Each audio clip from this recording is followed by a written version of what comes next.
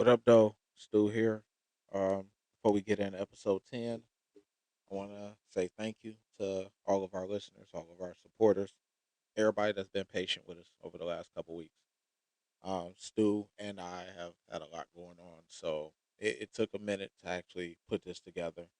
The reason being our original episode 10, which we felt was a great episode, got deleted and we couldn't get it back. So we had to come up with something that turned into a temporary little couple week hiatus. But we're back. We have episode 10 done. We've been recording since, so hopefully we can keep it going. Secondly, thank you again to everybody that's been listening, everybody that's been supporting us up to this point. Episode 10 is it's kind of a look back at the first 9 episodes, and we figure we'll try to make something out of it. Third, let's go ahead and get this disclaimer out the way. The thoughts, views, opinions of Stu and Lee do not reflect upon those of our sponsors, both current and future. Just two people talking shit on mics. This time it's a little bit more. Just go ahead and listen. In a world of walkers, some men choose to run. In a world of drivers, some men choose to fly. In a world of podcasters, two men chose to cast pods. My name is Tod Hickson, and thank you for joining me on Behind the Pod.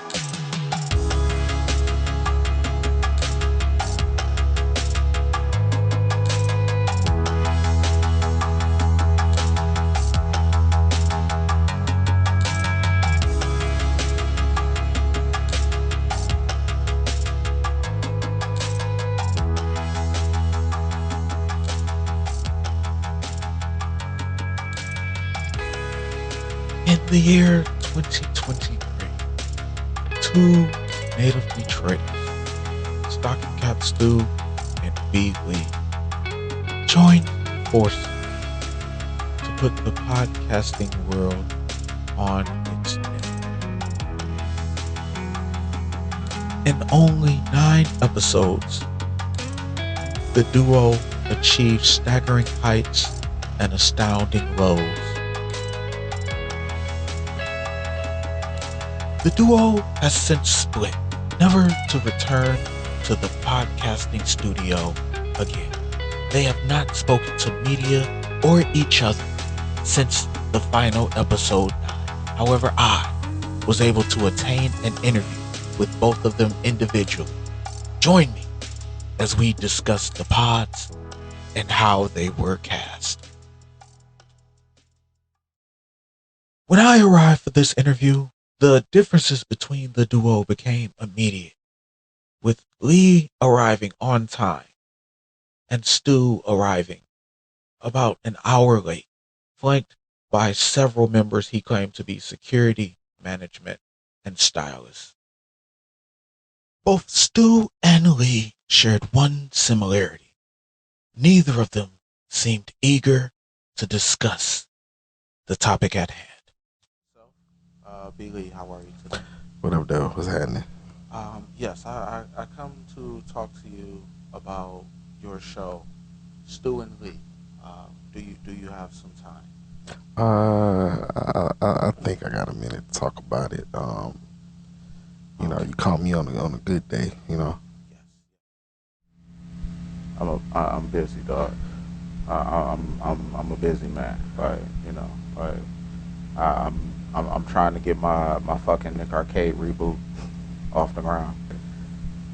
Out of respect, I took this interview out of respect for Lee, but like I had other shit going on. I asked both Stu and Lee the same question to open these interviews. What is the origin behind the Stu and Lee podcast itself? Man, one day this nigga Stu, hollered at me like, "Hey, yo, I think I want to start this podcast." Shit. I think it'd be a good idea and shit. So, he's talking about, we can be casting pods and shit. First when this nigga was talking about casting pods and shit, thought this nigga was talking about doing some laundromat and shit, or starting a dry cleaning and shit behind it or something. Like, damn, what the fuck, like Ace Boogie and shit, nigga? It was me and it was M. We sitting around. Lee show up. I had the idea, like, all these other niggas is doing podcasts. Let's do something different. It was like, well, what's different from podcasts? It was like live stream. I was like, I don't like the chairs. Like, them chairs uncomfortable. I'm not about to sit in front of no desktop. Just wasting time looking goofy and shit. So I was like, why don't we cast pods? And they was like, what the fuck is that? Anyways, yeah, so I figured, like, yeah, we can do some shit, shut the shitty down and all that and everything and shit. We see what happened, woo-de-woo. So, yeah.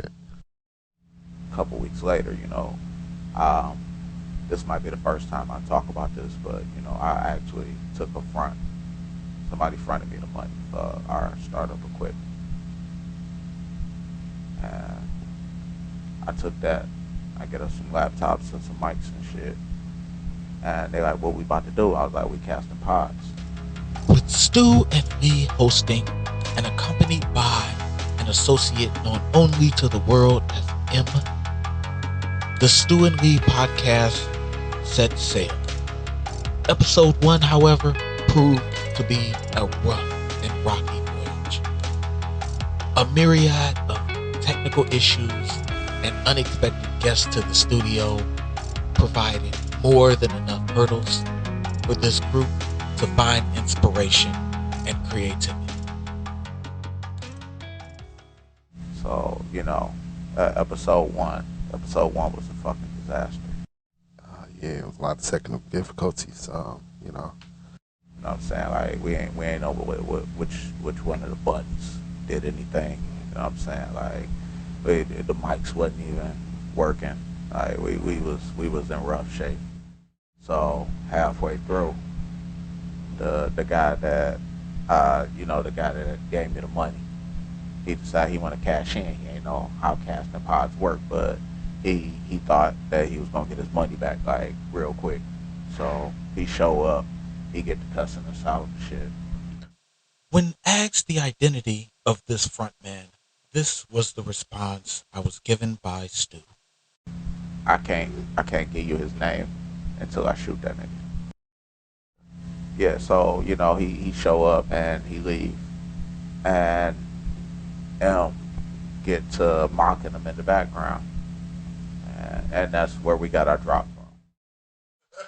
Don't sound like y'all niggas is casting pods in this bitch right now. And I got that shit recorded, dog. Oh, yeah, you got the All right, so we got our first drop. Right, yep, there we go, yep. All right. The joys of finding a new catchphrase were cut short just a few days later, when reports of Stu drinking a Bud Light during the episode prompted a nationwide boycott.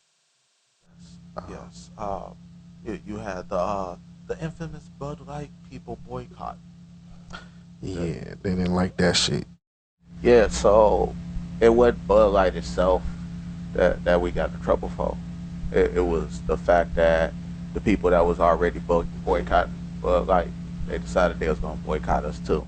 We couldn't do the show because they was out there talking shit, hawking they horns and shit, and they fucking Dodge Rams and everything, man. Blasted Toby Keith, and Kenny Chesney and shit. I'm like, man, what the fuck? What the fuck y'all doing outside my shit, man?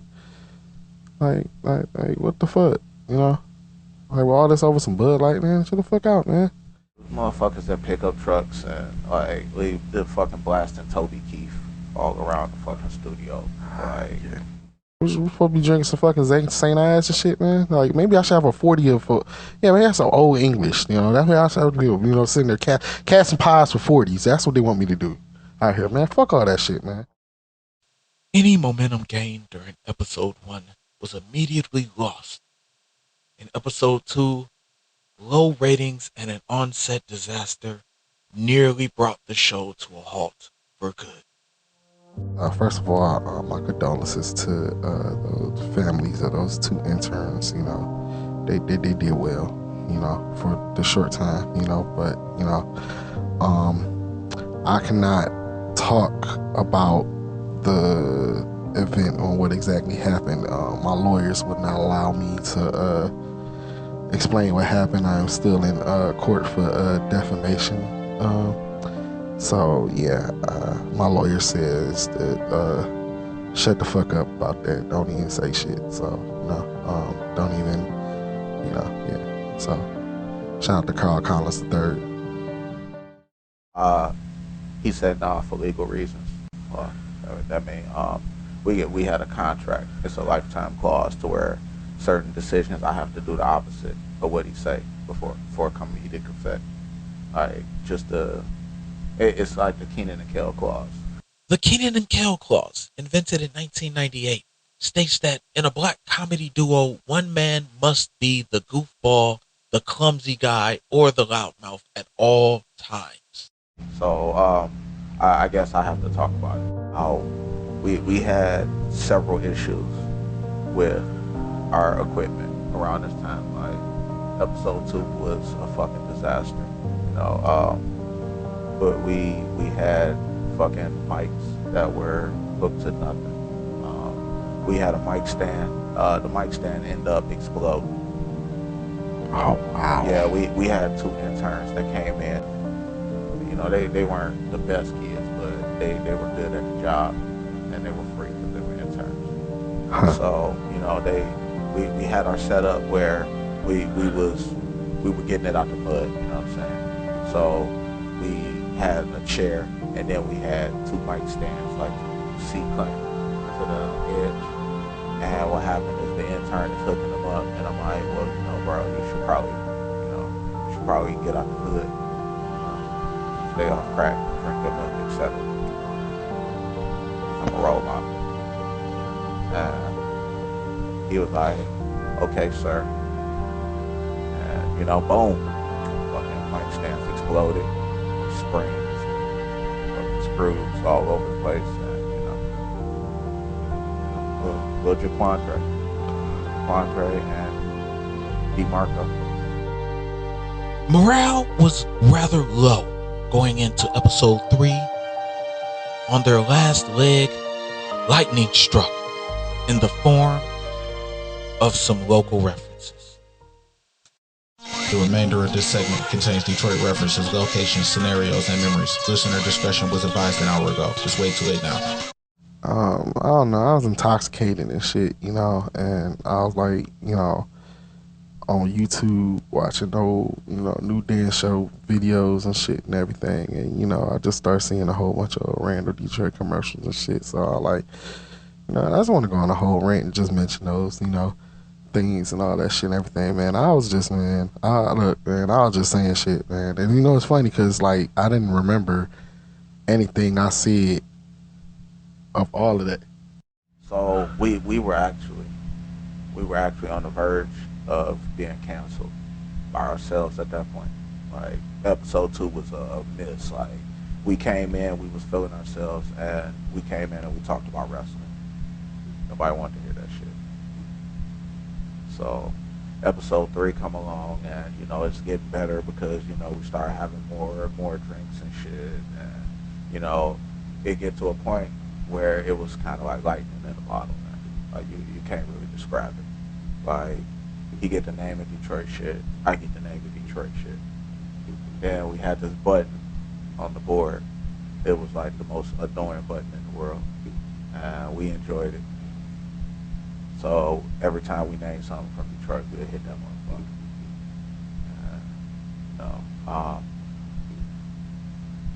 He claims that he doesn't remember anything that he said that day. I think differently, but I respect it because we were fucked up. Yeah, I didn't remember anything that I said and all of that. I probably didn't hear it till like the first 2 weeks after it released the shit, and everybody started hitting me up like, "Hey man, you was wild on that rant and shit." I'm like, "Wait, what rant?" I don't think either one of us were prepared for the whole blow up after that. Blow up indeed, as the episode 3 rant propelled the group to superstardom. We took a moment to reflect on what they remembered most about their ascension to the top. Titties. So many titties. They let me host jeans and moets, my nigga. Like, I was out there, man. I started hosting parties and shit, man. Uncover, cover,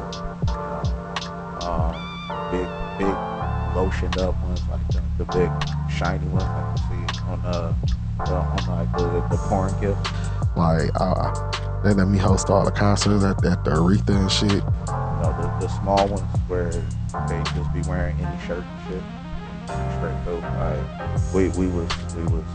it was big time, man. It was like being like Zach Morris in the peak of his day. It was like, if I could compare it, it would be like Zach Morris, Will Smith, Steve Urkel, the Power Rangers when they first blew up, and us.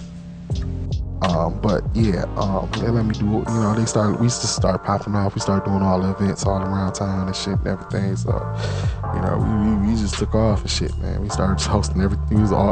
We took all the hosting jobs and shit from everybody around the city. So, shit was on, man. We was wild. We was partying with celebrities and shit. They say I was a diva, but I think it was a real diva, because I would show up late, but at least I would show up late, hook up the board, get everything. I would do the editing and stuff. But M was he was late. Yeah, he would show up towards the end, especially when once we blew up, man. It was crazy. Like we was enjoying the money and the fame aspect. He was just in it for the ticket. Around this time, parties started popping up around America, hosted by M. Rumors swirled that these were unauthorized parties, using the Stu and Lee name. While Lee was unaware of this situation and what unfolded, Stu decided to give us some insight. I feel like we could talk about that now. okay. So the thing is, at first I was mad, and then I haven't discussed this part with Lee, but a couple of the parties I was showing up. I was just showing up dressed as other people. Like one time I wore just a mustache and I got in as Michael B. Jordan. I shaved everything and I was Bokeem Woodbine one day. I wore a Kango and I was Wood Harris. Yeah, so that kept him out of trouble legally, but we was making money hand over fist. I think that was a lot of our downfall, was that our name was everywhere. We was putting our name all over shit, and Lee would be pissed about it, but I think he was making good money over there, so he would understand. Plus, it was either that or a lawsuit. The fame and titties continued to roll in as episode 4 netted them a deal with what came to be the Essence Cruise. Episode 5 seemed to be a post-show on AEW Dynamite on the outside, but in actuality turned out to be Stu and Lee crashing the event, making their way backstage, and having a near altercation with one Christian Cage. Now, is it true about the altercation with Christian Cage? Yeah. I called him Beige Cassidy. A lot of people thought that we were at least we paid for those front row tickets at the very least, but the story was that we crashed the event. It was a marketing stunt. Oh. Yeah. So what happened was we decided that we was just gonna see if we could use our name to get as close to being on camera as possible. while wearing the fucking student league gear. You know. So what happens is we ended up making it through most of the night, right? And I heard Shivani and Taz and Excalibur and shit was like mentioning us and all of that. But afterwards, we ended up making our way backstage and shit. So um, we walked past, and I'm like, oh shit, there go Christian Cage. And he was like, that's a goofy ass fucking sweater he got on. And I guess Christian Cage hurt him. So he's like, what did you say? And, at that point, we cast him hard. Like, we at the top of the world, so fucking we doubled down, and he was like, motherfucking, you heard what I said, and he called that nigga Beige Cassidy. So, I started laughing because the shit funny. And, I think Luchasaurus, like, yeah, it got ugly back there. Christian Cage declined to comment on the situation, instead saying, quote, "This never fucking happened." 2 days after recording episode 6, B. Lee was detained and released at the border. When Border Patrol searched his vehicle, they found 50 gallons of Jollibee gravy. While B. Lee argued that this was for personal use, the amount of gravy found was enough to be charged with felony trafficking. B. Lee was released hours later after Justin Trudeau struck a deal with the group. B. Lee's release for 2 months of shows at Caesars Windsor. I think what I really like signified the downfall was probably when we got arrested at the border. They was trying to say that I was trying to smuggle some Jollibees.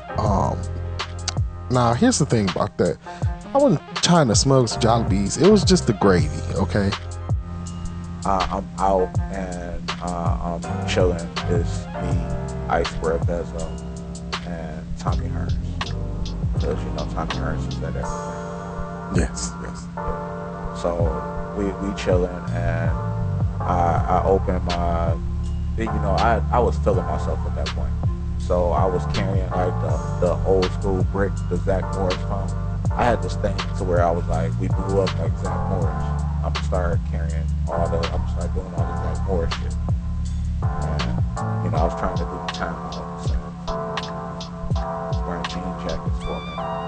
So I had that brick phone. I remember that motherfucker ringing because it rang over everything.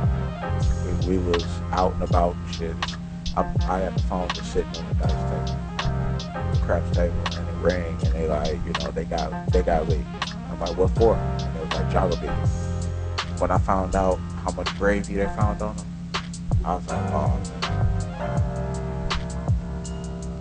That was it, man. It was so much gravy. I know they got Jollibees in America and everything and shit though, but like that gravy was good as fuck. Like, I could put that, I could do with that some oxtails with the motherfuckers and shit, dog. Come on now.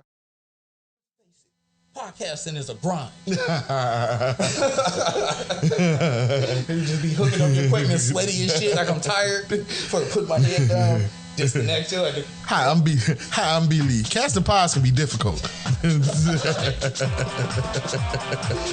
But what gives you by is Nugenics. Nugenics gives you that edge. And it just shows like we doing motherfucking deadlifts with mic stands and shit. Right.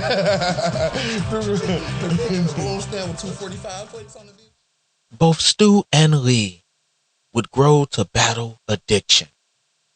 B. Lee in the form of gold chains, and Stu in the form of Nugenic supplements. With your addiction to gold and, as you call it, pimp juice.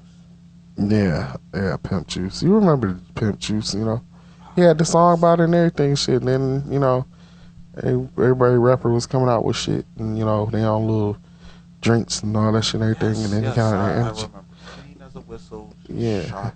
They stopped making that shit because there was too much sugar in it and shit though. But that shit was cool. Like, I tried to make some Kool-Aid to taste like that. That shit wasn't working. Like a rather expensive habit, sir. It is 2023.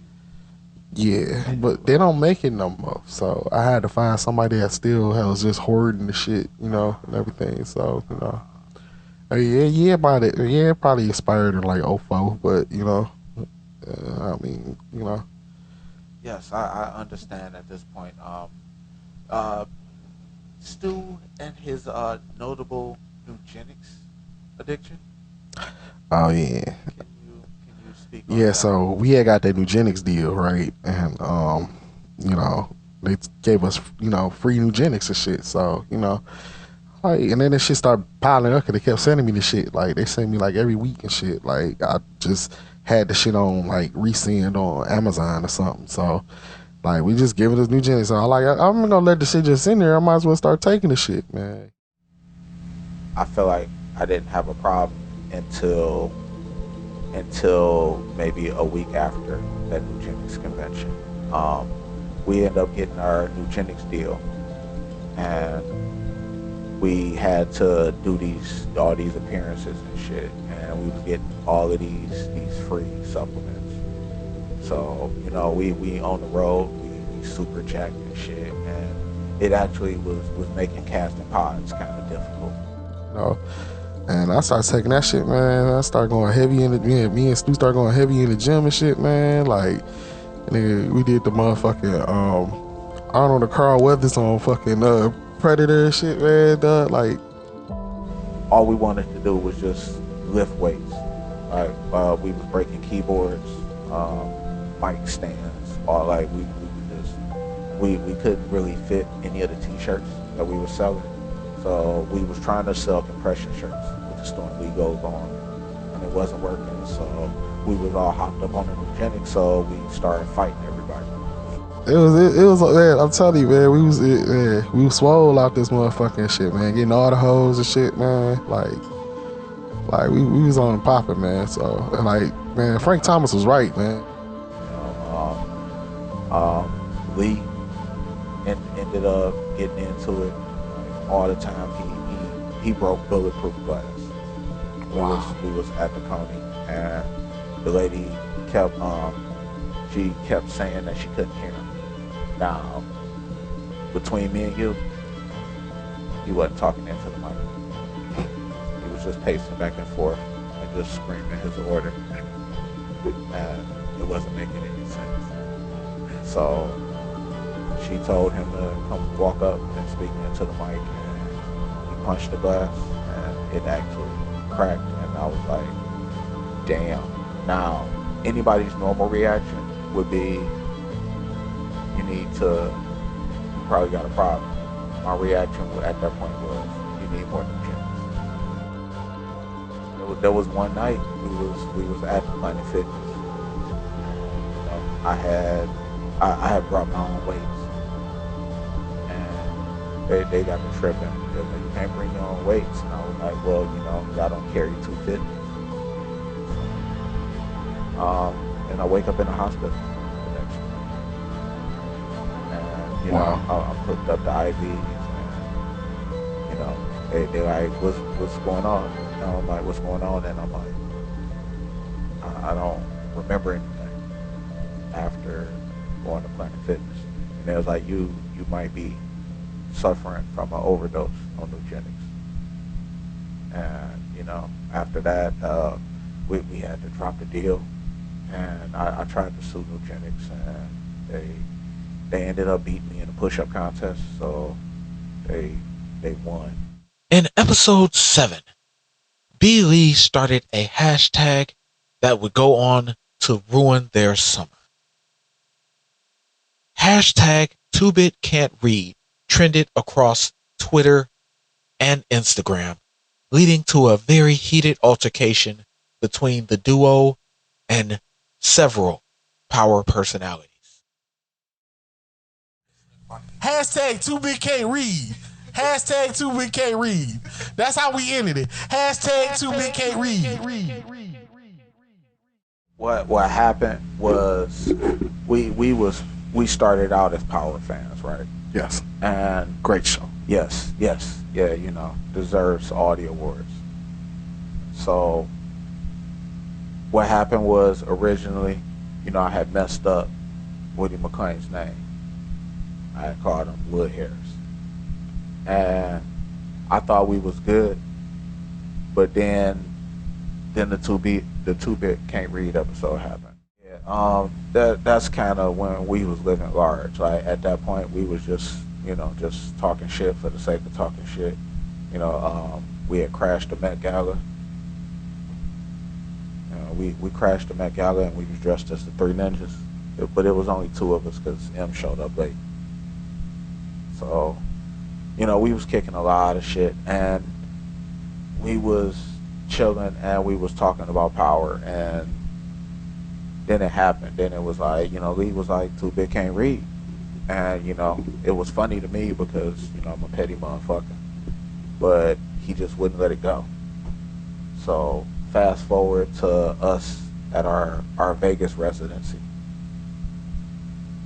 And we look out and it's fucking Woody McClain and Michael J. Ferguson. Yeah. So, they sitting out there, but they got like they like cold grilling us. So, after we do our third music set and shit and the curtain come down, we backstage and they was like, well, we gonna have stunt doubles. We gonna have y'all doubles just go up there and fill in for the remainder. So we was like, cool. So we hit the bar and somehow these two dudes decide they gonna make it past security and shit, which is crazy because at that point I had like a universal security pass. It's like security Illuminati. If you work as a security guard enough times, you end up learning like the inner secrets and shit, and you can do like a secret handshake and you always have security. You always have, but I digress.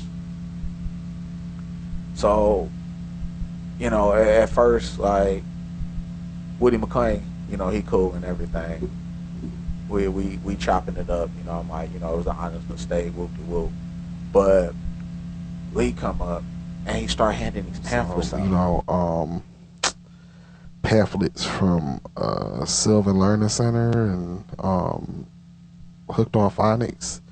Like, the nigga thought I was being funny and shit and everything though, but I was I felt concerned, Yeah, so that we had just got off stage because our final act was when I gave Zazie Beetz a lap dance, and look it up, man. 85 million reposts on Threads. Wow. Woody McClain, Michael K. Ferguson, Zazie Beetz, and the entire city of Las Vegas declined to comment, instead saying, quote, "This never fucking happened." In episode 8, an untimed Disney rant led to the buyout of the podcast by Disney themselves. Following this acquisition, rumors of a potential shakeup began to stir amongst the Casting Pods fan base. These rumors were confirmed by Disney when they decided to drop Stocking Cap Stu and replace him with the duo's associate M. The Lee and M show, as it came to be known, lasted 3 episodes. Following the 3rd episode, it was immediately canceled. Any footage of this podcast was deleted, the studio burned to the ground. Aside from us balling too hard and seeing way too many titties, I think we both got paranoid. There was one point where I had felt like I was going to be replaced. I had felt a certain way about the whole branding issue. Like, I felt like as Stu and Lee were making 80% revenue, like we had an 80% cut on most of our shit. So what happened was I came in one day and I was like, well, let's try and up it to 85. And Lee was like, come on, bro. It's like, we already, doing everything, So he turned off Grand Theft Auto 6, and you know, we get to arguing about numbers and shit. I think that was probably the most significant downfall. I heard that the studio wanted to replace me with Eastside Ivo. Is it true that you threatened to replace Stu with Eastside Ivo? Okay, that wasn't me. I said Ha Davis, but you know they was like, yo, Stu, like, yo, Lee, the budget isn't that, you know, high enough right now to recruit him, so they suggested Eastside Alvo. So I'm like, man, what? Come on, man, like really, Eastside Alvo? Like, do we got to do all that? Like, So I came in, and it was kind of like when Dame Dash was pressing all the record executives. Yeah, like I had a lot going on. I had a lot going on around that point. So you know, I came in, and I'm like, you know, you can't replace Stu and Lee. And they was like, well, who are you gonna get? Or that, you know, I was like, who are you gonna get? And they was like, we gonna get them. And I was like, who the fuck is them? And it was like, you mention them on your show all the fucking time. And I was like, I don't mention no fucking them on my show. So, you know, I storm out that motherfucker and I go home. So one of the black executives called me, and they was like, they meant him. And I was like, they can't get, like, you know, we wasn't good with Ralph Lauren at that point, and M exclusively has a lifetime deal with Ralph Lauren. So I didn't think that they was gonna be able to make that shit happen. I didn't think they was gonna be able to meet the numbers, but you know, apparently they was. Maybe we should have got 85%. shit myself and just still do Detroit rants for the whole time and everything, you know, trying to make sure, you know, keep shit going and stuff, you know. And I like, man, Lee can hold this down, man. So, you know, then at one point I was like, well, why don't I just get M to join us and, you know, join me and do the show and shit and replace him with M. So, you know, I had the idea, like, just call it Lee and M, you know, like Lee and M. Yeah, see, you get it? You get it. Like, yeah, it took a minute, didn't it? Yeah, so, you know, but, you know, and we started doing the show and everything, though, but, man, like, it was like I was doing most of the show because this nigga was always late every time, man. You like time to shoot the, you know, show and everything and shit. I'm calling him. He say, all right, I'm still shooting this move in the West. So I was like, all right, like so I had to start, you know, starting the show like the first 20-25 minutes and everything and stuff, and then he come in, you know, pretty much talk, but it had some story, you know, to tell and everything, and that pretty much took the rest of the show. So, you know, I didn't get to accomplish anything like end of the show, you know, like we just talked about, you know, what happened at work. So. The decision was made to bring Stocking Cap Stu back in for the remaining 2 episodes of the duo's contract. Episode 9 went without a hitch. In between episode 9 and 10, Stocking Cap Stu made 2 major announcements that would change the course of podcasting history. The Essence Cruise and Casting Pods Fest. Can you talk to me about the Casting Pods Fest? Yeah, the Casting Pods Fest. So, so part of the Casting Pods Fest, we had teamed up with Essence to pull off the Essence Cruise. You know, and it was, man, we had a dog ass lineup, man. We had like Kim, and Charlie Wilson, you know, everything. And so, also to me, At this point, I must add that the cause of the Essence Cruise disaster has been made public. There was an attempt at the world's largest Tamiya Hustle gathering that was to be performed on the deck the second night of the show. While Lee seems to be aware of this attempt, Stu was not. Somebody fucking played, can't get enough, and everybody just got to dancing. I'm sitting at the bar and I hear it start, and I'm like, oh no. And I hear the steps going to the hustle, and it was more people and more people. And I look at one of the crew members, and I'm like, how many people are on this cruise? And it was like probably about 2,500, 3,000. And I was like, no. So I tried to get to the DJ booth, and it was too late. It was too late. They was already in that second turn, and they was just starting the whole reset, and the whole boat just jerked. Wow. And the alarm's going off, and you could feel the boat not moving anymore. So the captain, he come downstairs, and he pissed. The captain is pissed. Like, his linen suit all creased up and shit. Like, just wrinkles everywhere. His hat all crooked and shit. Like, he like, what the fuck did y'all do, man? Like, what's going on?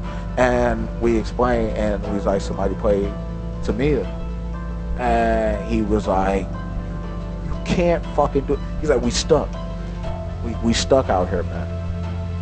And then we got it going, and somebody played that shit again.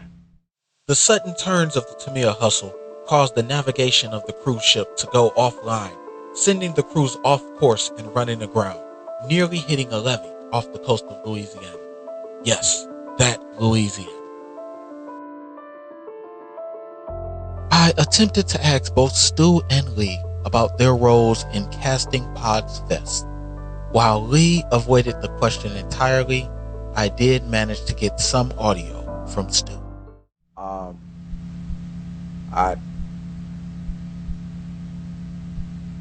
Give me a second. Let me read what my lawyer's telling me.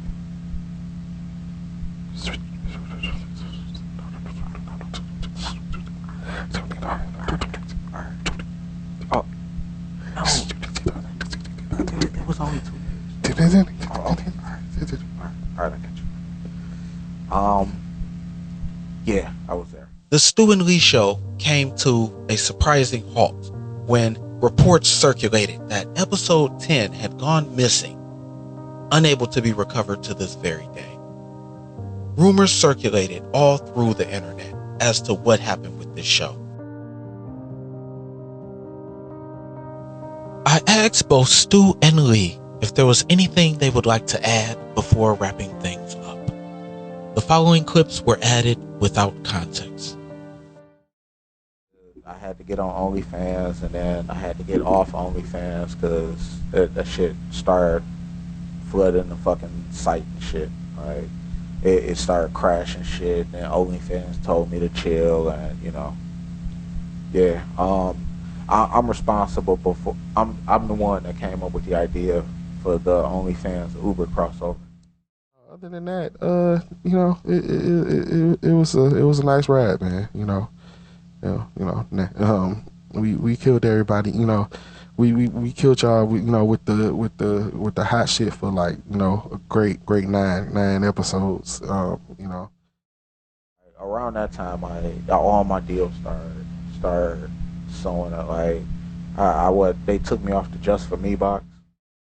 Like, it was legendary, man. We had that like that Chappelle Show run, So, greatest 9 episode run you ever seen, man. So, casting pods, we forever casting pods, man. So he get to chopping it up, and I thought it was just, somebody, and it turned out it was Faye Jackson. And, they hit it off since, but, I think I was trying to call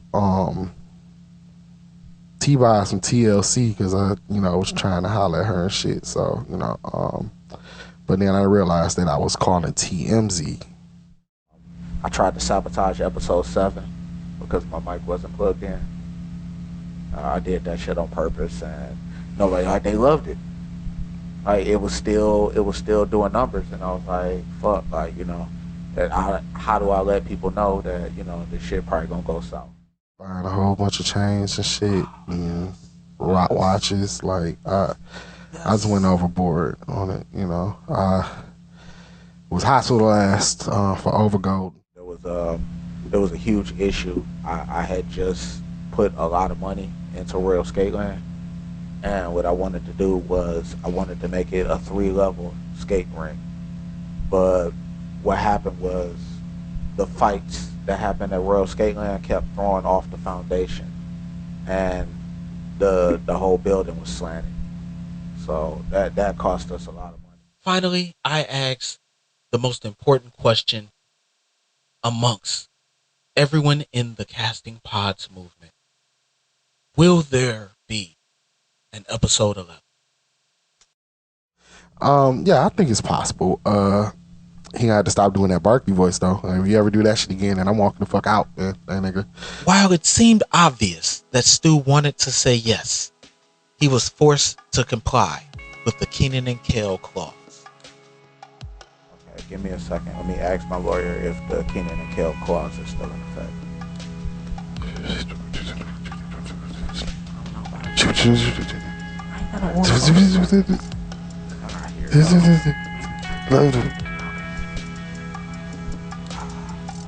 I have to take the opposite stance and be in deeper. I may or may not want to do episode 11, but for comedic sake, I have to take the opposite stance. And I have to say that I have shit going on. This brings us to the end of our journey. While there was a lot more to be discussed, I am currently being sued and forced to withhold the rest of this audio. Thank you for joining me on Behind the Pod.